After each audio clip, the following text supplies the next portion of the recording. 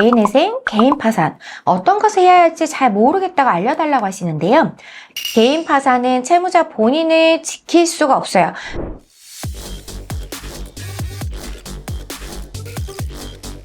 안녕하세요. 희생파산 전문변호사 장현정입니다.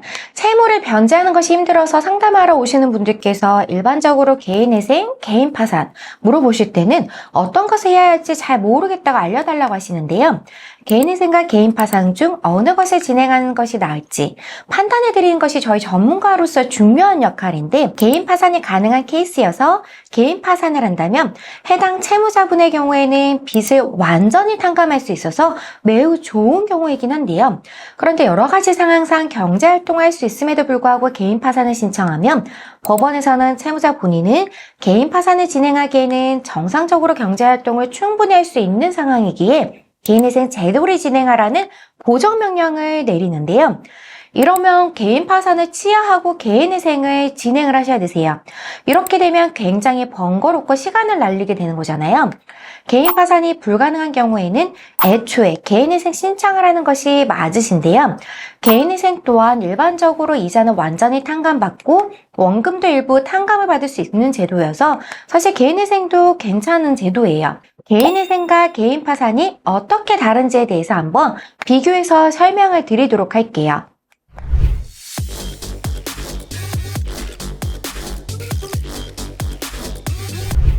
첫 번째, 신청 자격을 살펴볼게요. 개인회생은 급여소득자든 영업소득자든 지속적이고 반복적인 소득이 있고 해당 소득이 최저생계비 이상일 경우 신청이 가능하세요. 개인파산은 소득활동을 하지 못하는 경우, 즉 일을 하기 싫어서 안 하는 게 아니라 합당한 이유로 인해서 소득활동을 못하는 경우 신청이 가능하신데요. 개인파산은 소득활동을 못하는 경우, 소득활동을 하고는 있지만 법에서 정한 최저생계비보다 현저하게 적게 버는 경우, 채무가 너무 많아서 이자의 반의 반도 소득을 발생시키지 못하는 경우, 이런 경우가 개인파산을 신청할 수 있는 경우세요.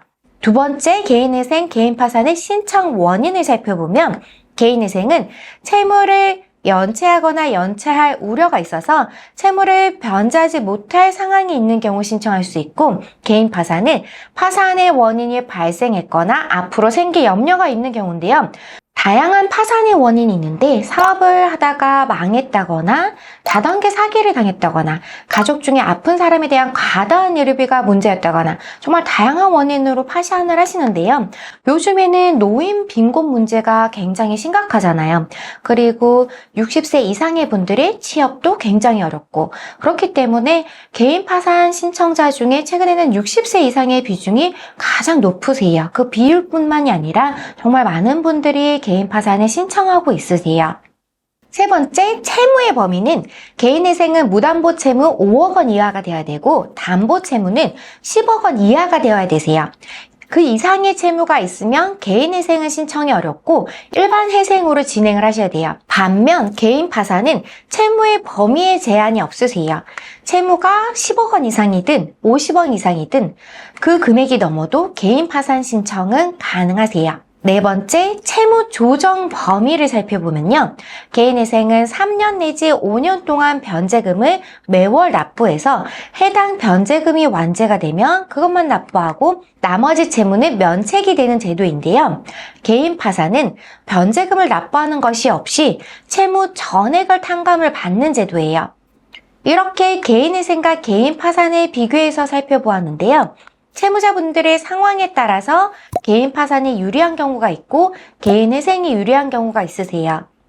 개인회생은 채무자 본인이 가지고 있는 재산을 지키면서 진행할 수 있는 경우가 있지만, 개인파산은 채무자 본인이 갖고 있는 재산을 전부 법원 파산관제인한테 다 투입을 하고 파산관제인이 그 재산이 채권자들의 채권 액수에 비례해서 안분배당으로 나누어 주는데요.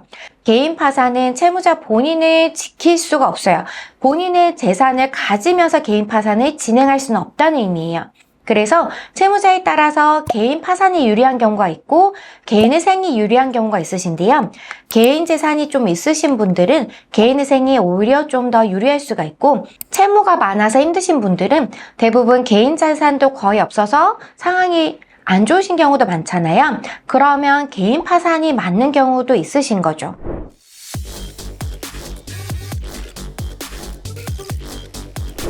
이번 시간에는 개인회생을 할지 개인 파산을 할지 고민되는 경우 어떤 제도가 채무자분들에게 더 적합한지에 대해서 살펴보았는데요. 보다 궁금하신 점이 있으시면 저희 법무법인에 전화로 문의를 주시거나 댓글을 남겨주시기 바랍니다.